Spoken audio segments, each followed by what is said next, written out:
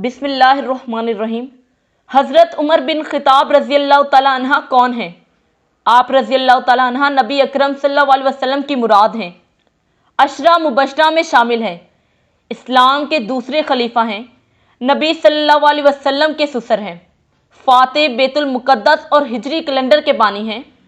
آپ رضی اللہ تعالیٰ عنہ انصاف پسند حکمران تھے اور فاروق کا لقب ملا۔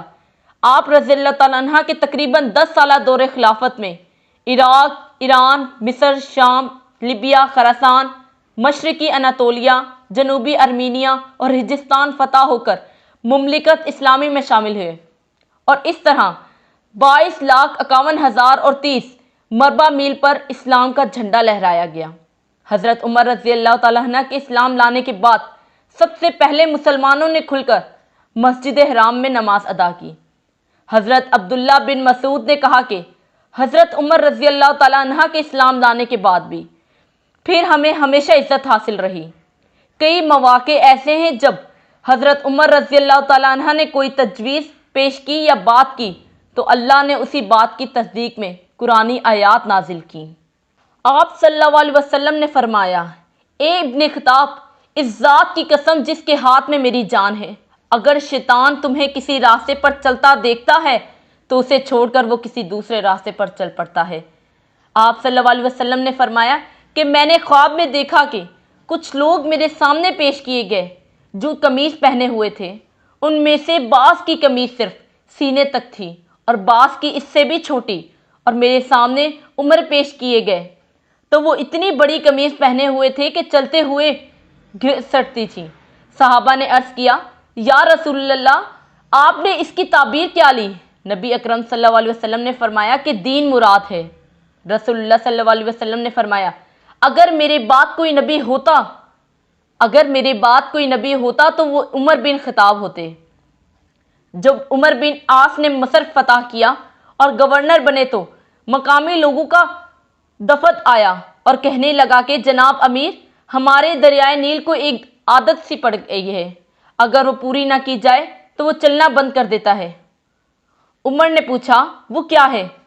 کہنے لگا کہ جون کے مہینے کی 12 راتیں گزار جائیں تو ہم ایک نوجوان دوشیزہ کو تلاش کر کے اس کے والدین کو راضی کرتے ہیں اور اسے بہترین کپڑوں اور زیوروں سے آراستہ کر کے دریا میں ڈال دیتے ہیں، اس کے بعد وہ خوب بہنے لگتا ہے۔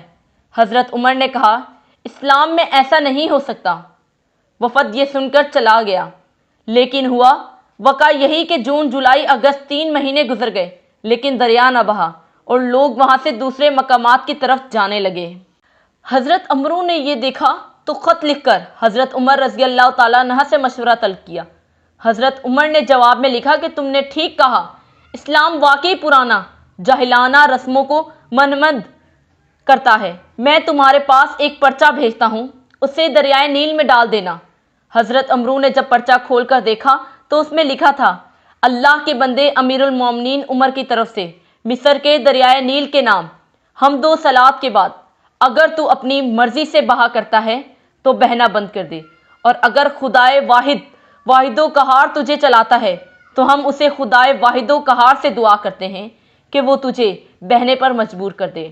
حضرت عمرو نے یہ پرچہ دریا میں ڈال دیا۔ جب صبح کو جا کر دیکھا تو دریائے نیل پوری آب و تاب کے ساتھ بہنا شروع ہو چکا۔ حضرت ایاس بن سلمہ اپنے والد حضرت سلمہ سے نقل کرتے تھے کہ انہوں نے کہا کہ ایک مرتبہ حضرت عمر رضی اللہ تعالیٰ عنہ بازار سے گزرے، ان کے ہاتھ میں کوڑا تھا اور آہستہ سے مجھے مارا جو میرے کپڑے کے کنارے کو لگ گیا اور فرمایا، راستے سے ہٹ جاؤ۔ جب اگلا سال آیا تو آپ کی مجھ سے ملاقات ہوئی۔ مجھ سے کہا، اے سلمہ، کیا تمہارا حج کا ارادہ ہے؟ میں نے کہا، جی ہاں۔ پھر میرا ہاتھ پکڑا کر اپنے گھر لے گئے اور مجھے 600 درہم دیے اور کہا، انہیں اپنے سفر حج میں کام لے آنا، یہ اس ہلکے سے کوڑے کے بدلے میں ہے جو میں نے تم کو مارا تھا۔ میں نے کہا، اے امیر المومنین، مجھے تو وہ کوڑا یاد بھی نہیں رہا۔ فرمایا، مجھے تو یاد ہے۔ حضرت عمر نے ایک بوڑھے زمیں کو دیکھا کہ وہ لوگوں سے کھانا مانگ رہا ہے۔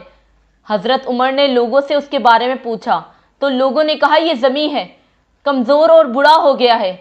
حضرت عمر نے اس کے ذمہ جو جزیہ تھا معاف کر دیا اور فرمایا تم نے اس پر جزیہ لگایا جسے وہ دیتا رہا، اب جب وہ کمزور ہو گیا ہے تو تم نے اسے کھانا مانگنے کے لیے چھوڑ دیا ہے۔ پھر اس نے اس کے لیے بیت المال میں سے 10 درہم وظیفہ مقرر کیا۔ آپ رضی اللہ تعالیٰ عنہ بدر سے لے کر فتح مکہ اور اس کے بعد کے غزوات میں حضور صلی اللہ علیہ وسلم کے ساتھ شریک ہوئے۔ نہایت ہی سادہ مگر بڑے بہادر تھے۔ آپ نے پیوند لگے کپڑے پہنے، راتوں کو پہرا دیا، عدل و انصاف کا علم بلند کیا، خود سامان کی بوری اٹھائی، غلام کو سوار کیا اور خود پیدل چلا۔ اسلام کے اس شہزادے کو ایک مجوسی نے فجر کی نماز پڑھانے کے دوران خنجر مارا۔ آپ یکم محرم الحرام کو وفات مرتبہ پر فائز ہوئے اور گنبد خضرا میں حضور صلی اللہ علیہ وسلم اور حضرت ابو بکر کے ساتھ جگہ ملی۔